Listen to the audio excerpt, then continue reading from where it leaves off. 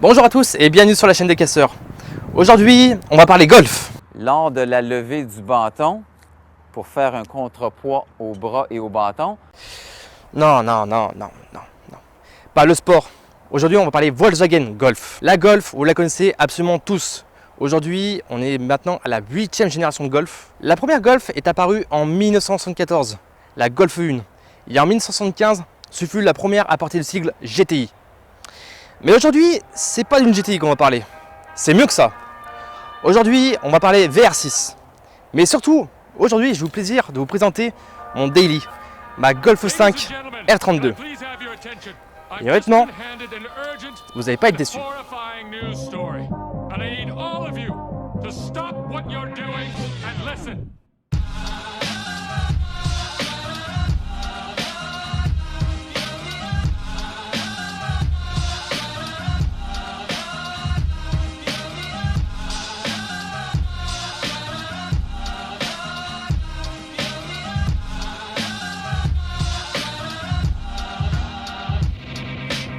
Déjà, parlons un peu de la carrosserie.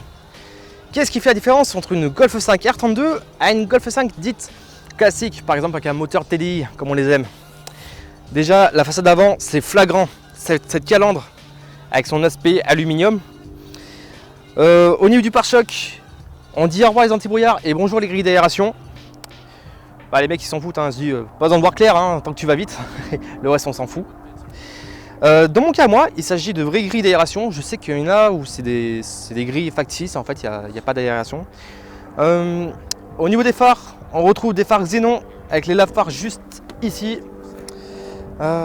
Et puis c'est tout. Après, le plus flagrant, c'est surtout à l'arrière et sur les côtés. Mais pour ça, je vous emmène avec moi, bougez pas. Alors, au niveau des jantes, on retrouve des jantes en 18 pouces d'origine avec des étriers double piston et des disques qui serait grand. Il y a quoi de grand? Il y a quoi qui est vraiment grand comme ça? Ma bite. Voy a la playa, había subido la marea. Jesús.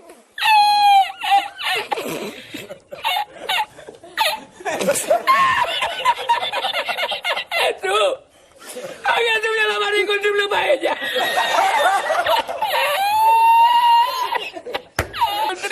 Porque estaba la paellera agarrada entre las piedras de Chipiona, del faro. Allez, le bas de caisse est retravaillé comparé à une Golf 5 normale. Et aussi la caisse est rabaissée comparé à une classique. On retrouve aussi des disques à l'arrière. Par contre, le plus beau, ça va être au niveau de l'arrière. Comme par exemple avec ce pare-choc qui est beaucoup plus travaillé comparé à une Golf 5 normale, parce que j'aime pas du tout les pare-chocs de Golf 5 normale avec ce gros boudin, sachant qu'on voit même pas l'échappement. Là, c'est tout le contraire, elle est vachement plus en stock, hein, on va pas se mentir. Hein. Avec ces deux sorties d'échappement qui, en plus d'être jolies, font un bruit magnifique. Mais ça, je vous le montrerai juste après. Et si on parlait un peu de son moteur, une R32, c'est pas que un joli kit de carrosserie, des belles jantes en alu, un bel intérieur. Non, une R32, c'est bien plus que ça. Une R32, ça passe déjà en partie par son moteur. Ce V6. Enfin, non, pas V6. Ce VR6. Et là, vous êtes en train de me dire, attends, mais Deal, un V6 et un VR6, c'est quoi la différence? La différence, c'est son inclinaison. Si je me fie au moteur américain, par exemple, on prend une Mustang, une Camaro, une Plymouth, n'importe. On retrouve dans la grande majorité des temps, je dis bien dans la grande majorité, des moteurs inclinés à 90 degrés. Et bien le VR6, c'est différent. Le VR6, son moteur il est incliné à 15 degrés. Et c'est ça qui fait la magie du VR6. Et là, vous êtes en train de me dire, mais qu'est-ce que ça change d'avoir des cylindres inclinés à 80 degrés et avoir des cylindres inclinés à 15 degrés? Et bien déjà, en grande partie, c'est sa place. Parce qu'un VR6, les cylindres sont inclinés à 15 degrés et sont recouverts par une seule culasse. Alors qu'un V8 traditionnel américain, par exemple, on a deux culasses de chaque côté. Donc du coup, ça fait qu'on a un moteur plus gros, plus lourd, et du coup qui va être un peu plus cher parce que du coup il y aura plus de pièces. Et des VR6 chez Volkswagen, il n'y a pas que la Golf qui en a. On l'a retrouvé sur la Golf 3, on l'a retrouvé sur des Passat, on l'a retrouvé sur la Phaeton, on l'a retrouvé sur le Touareg, on l'a retrouvé sur des T4, T5. Et je crois que là où je me suis senti plus con, c'est qu'aussi on l'a retrouvé sur des Charan. Ouais, le Charade, ce monospace tout simplement immonde. Imaginez, par exemple, on se met dans le contexte. Vous êtes dans votre belle BM ou belle Mercedes décapotable, vous êtes sur la file de gauche, le bras sur la porte. Et d'un coup, vous faites doubler par la droite par un vieux Charan, tout droit sorti du bled.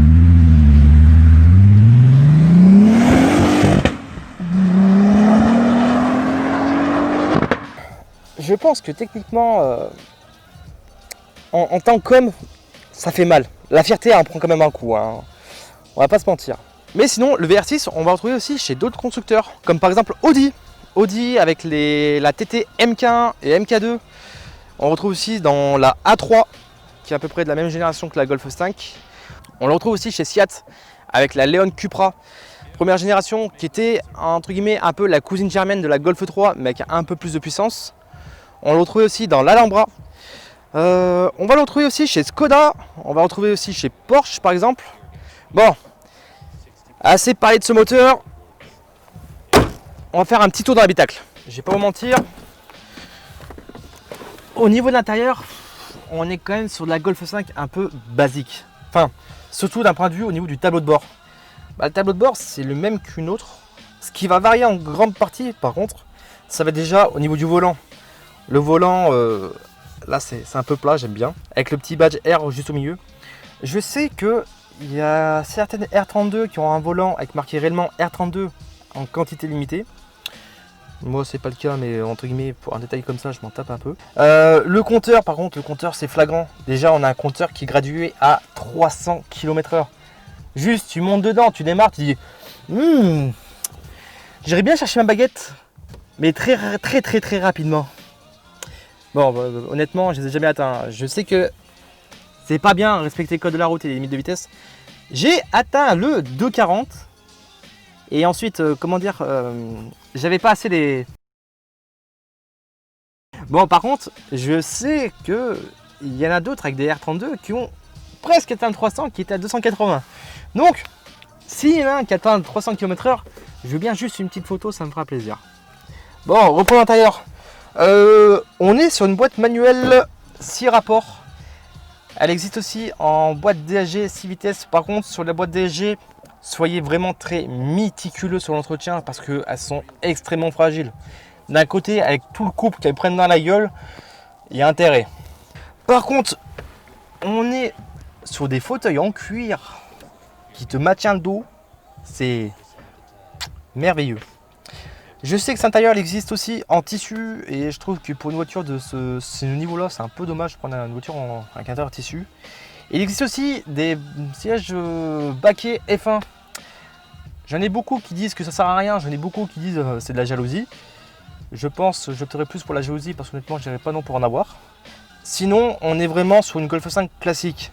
Et justement, c'est ça que j'aimais cette voiture.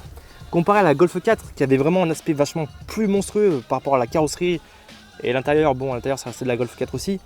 Celle-ci elle reste soft on va dire. On sait qu'il y a un peu de puissance mais c'est pas trop aguicheur. Et justement c'est pour ça que j'aime cette Golf 5 R32.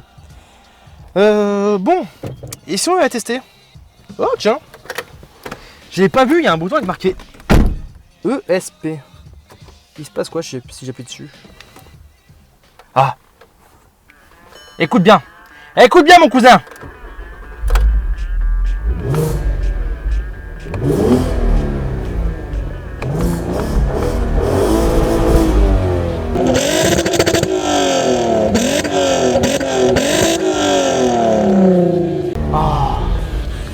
C'est aussi pour ça que je l'aime beaucoup cette Golf. J'aime vraiment beaucoup.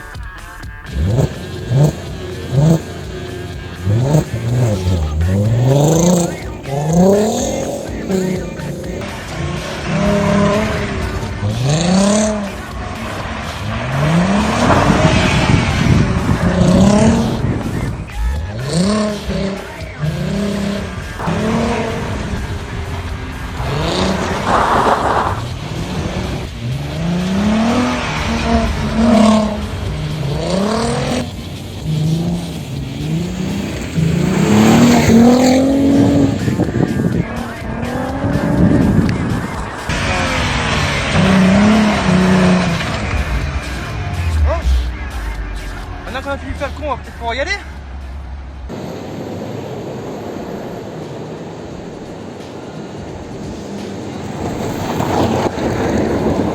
Bon, une R32 en termes de conduite, c'est relativement agréable. C'est doux, c'est pas brutal.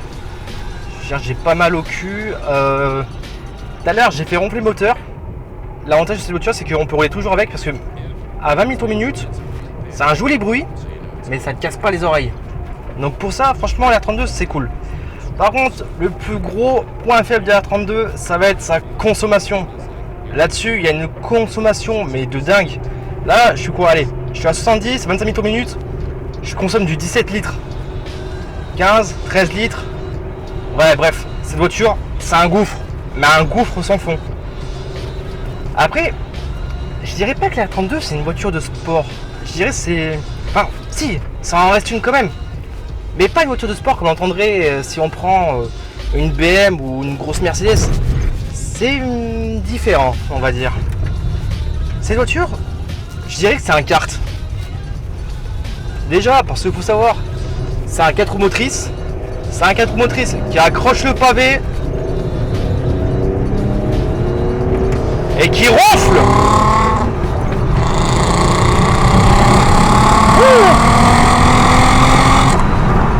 Ça ronfle bien. Et ça ronfle fort. Mais surtout que ça accroche le pavé et honnêtement, si vous sortez, vous prenez une sortie de virage et vous foutez dans le décor, il y a deux hypothèses. Soit vous roulez avec des pneus qui sont archi morts, ou soit vous roulez beaucoup trop vite. Et dans ce cas-là, vous avez vraiment envie de mourir. Mais sinon, ça accroche le pavé, ça tient bien. Par contre, l'échappement, on passe vraiment pas inaperçu.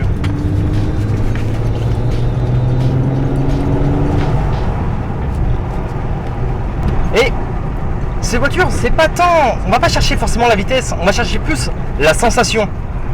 La sensation, après, je sais que certains médisants diront « Ouais, mais bon, le R32, 250 chevaux, il n'y a pas de turbo. » Bah oui, il n'y a pas de turbo. C'est un moteur atmosphérique, donc non, il n'y a pas de turbo.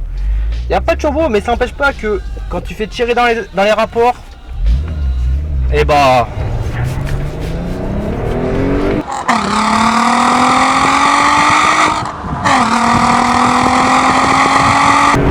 Voilà.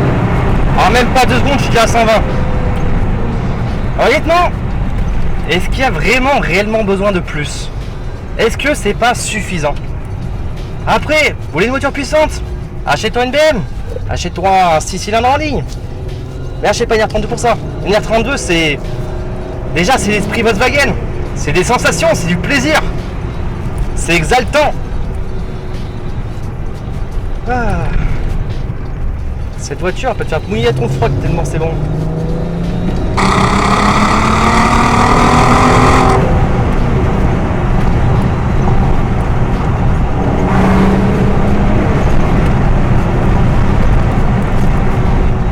Mais bon, si vous voulez de la puissance, on va essayer. On va voir ce qu'il y a dans le ventre de cette R32. Bon, elle a quoi dans les tripes, cette R32?